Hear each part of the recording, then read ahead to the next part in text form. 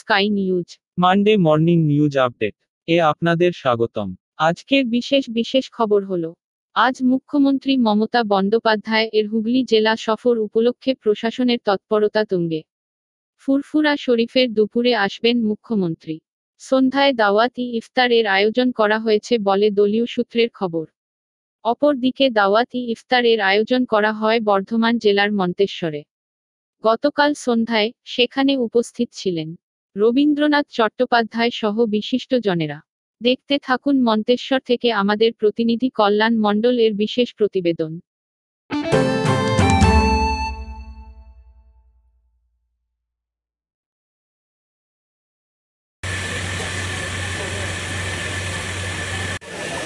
এই ফ্যানটাই দিয়ে ফ্যানটা অন করুন, এই সাইডে দাও দরকার হয়।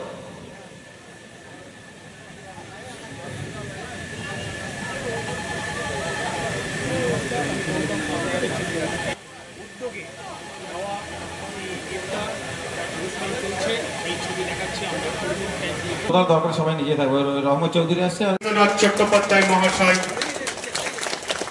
মূল মঞ্চে আসছেন, ওনাকে মঞ্চে আসার জন্য আমন্ত্রণ জানাচ্ছি। আপনি এসে উপস্থিত কি বলবেন? বলার কিছু নেই। আমরা তৃণমূল কংগ্রেস করি, আমরা ধর্মে বিশ্বাস করি, যে যার নিজের ধর্ম পালন করি, সবাই সবারই ধর্মের প্রতি সহনশীল। সেই হিসাবে আমাদের আওয়ামের যে আয়োজন করেছে তার তুলনা করতে পারছি না, ভালোই